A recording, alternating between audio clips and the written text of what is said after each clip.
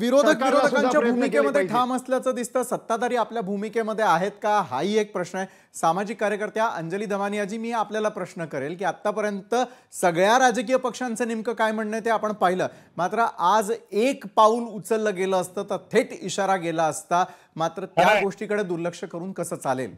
अंजलीजी,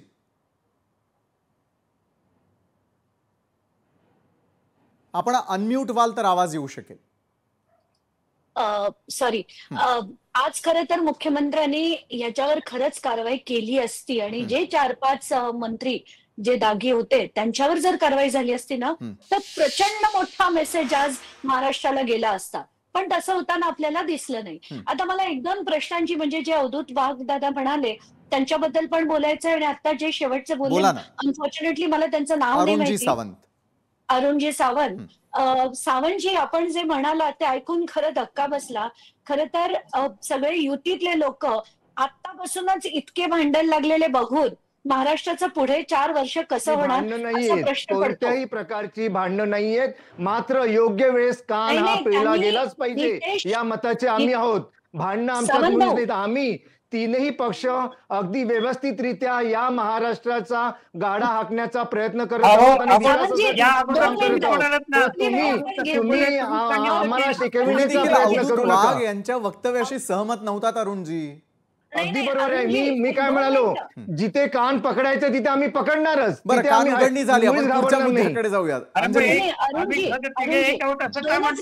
दोनच मिनिटं, नाही, आपण आपली वेळ घेतली, मला माझ्या वेळेस बोलू द्या, कारण कोणाच्या आवाजावर बोलणं मला शक्य होत नाही। तर अवधूतजी जे म्हणाले, तर त्यांना मला सांगायचंय की योगेश कदम यांच्याबद्दल जे म्हटलं जात आहे की ते डान्स बार त्यांच्या आईच्या नावावर आहे, तर तो आहे। त्यांनी पुढे अग्रीमेंट केलं, आत्ताच्या घटकेला पोलीस स्टेशन मध्ये ते अग्रीमेंट कंटिन्युएशन अग्रीमेंट नाहीये। मी स्वतः तिथे जाऊन आले, तिथे ते उपस्थित नव्हतं। आता आपण त्याच्यातला पुढची गोष्ट घेऊ। खरं तर गृहमंत्रीपदाची, गृहराज्यमंत्रीपदाची शपथ घेतल्यावर 2 गोष्टी ऍप्लिकेबल होतात। एक म्हणजे रिप्रेझेंटेशन ऑफ पीपल्स ऍक्ट, आणि दुसरं म्हणजे मोर इम्पॉर्टंटली कोड ऑफ कंडक्ट, जे मिनिस्ट्री ऑफ होम अफेअर्सनी सगळ्या मंत्र्यांसाठी लागू केलेलं आहे।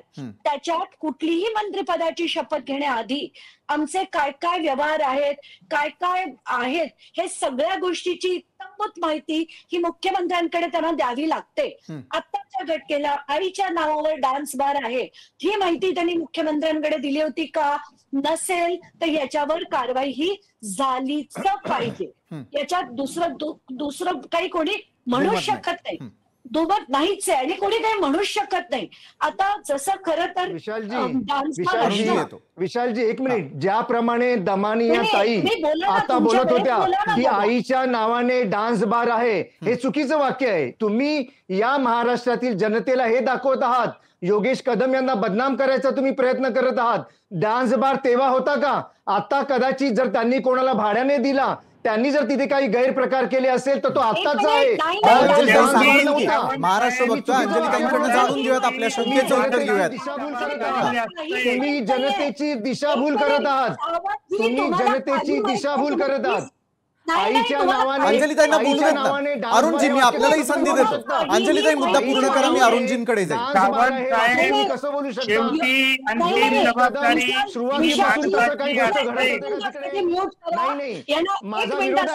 अरुणजी, आपला विरोध आहे, तो विरोध आणि त्याचं उत्तर आपण अंजलीताईंकडनं घेऊ येऊ द्यात, कारण महाराष्ट्रात प्रत्येक जण ज्यावेळेला चर्चा ऐकतो त्यांना त्यांच्यापर्यंत आपला आवाज जाणं गरजेचं आहे। अरुणजी, मी आपल्यालाही संधी देईल ना पुरेपूर। अंजलीताई बोला। दिशाभूल करू नका, तुम्ही बोला, परंतु दिशाभूल होती असं जर आपल्याला वाटत असेल तर त्यांनी काय पाहिलं हे तर जाणून घेऊयात आपण आधी। परंतु तुम्ही जनतेची दिशाभूल करत नाही। अरुणजी, सत्यता काय ते समोर येईलच ना, त्यांनी काय पाहिलं ते तर जाणून घेऊयात। का अंजलीताई आरोप करताय हे जाणून घेऊयात। अरुणजी, मी आपल्याकडे येईल ना, मी आपल्याला विनंती करतोय, एक एक मुद्दा पूर्ण करूयात आपण। आज कान उघडणी मुख्यमंत्र्यांना का करावी लागली याच्या कारणांवरती आपण खरं तर चर्चा करतोय।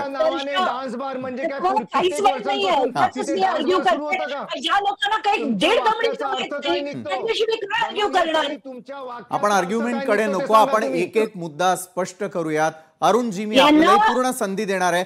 अंजलीताई त्यांचा मुद्दा आपल्यापर्यंत पोहोचवतात, त्यांना वाटतं की उगाचच बदनाम केलं जातंय, मग तुम्ही सत्यता काय पाहिली त्या ठिकाणी? अंजलीताई 35 वर्ष त्या जागी डान्स बार चालू आहे. डान्स बारचा परवाना नाही 35 वर्ष तिथे डान्स बार नव्हता. तुम्ही परत चुकीचं बोलत आहात. परत तुम्ही महाराष्ट्राच्या जनतेची दिशाभूल करत आहात. 35 वर्ष डान्स बार मुळीच नव्हता. तुम्ही काय होतं? सत्य जाणून घ्या. शाळा होती की आणखीन आश्रम होते तुम्ही जाऊन बघायचंय. आम्हाला जाऊन पाहणी केलेली आहे, तेच तर आपण मांडण्याचा प्रयत्न करतोय. आज मुख्यमंत्री किंवा सरकार समोर नेमक्या अडचणी काय त्यावरच तर आपण चर्चा करतोय. अंजलीताई बोला.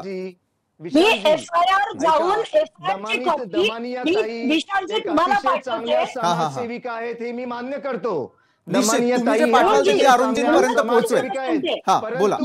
मी तुम्हाला सांगते, मी बेजबाबदारपणे कधीही बोलत नाही. जनतेला चुकीची माहिती जाते आणि आमचा पक्ष बदनाम होतो आणि आमचे नेते बदनाम होतात. तसं तुम्ही करू नका. तुम्हाला अतिशय आदरपूर्वक मी सांगते की FIR ची कॉपी मी विशालजींकडे पाठवते, त्यांच्याद्वारे ती आपल्यापर्यंत पोहोचेल.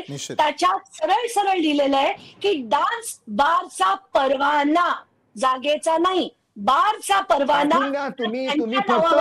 तुम्ही फक्त चॅनेलवर येऊन सांगता मी तुम्हाला हे पाठवतो आणि ते पाठवतो. तुम्ही कधीच काही पाठवत नाही. तुम्ही पाठवा महाराष्ट्राच्या जनतेला, ते दाखवा तुम्ही पूर्णपणे महाराष्ट्राच्या जनतेला की हा बघा डान्स बार 35 वर्ष आहे म्हणून. एका मिनिटात तुम्हाला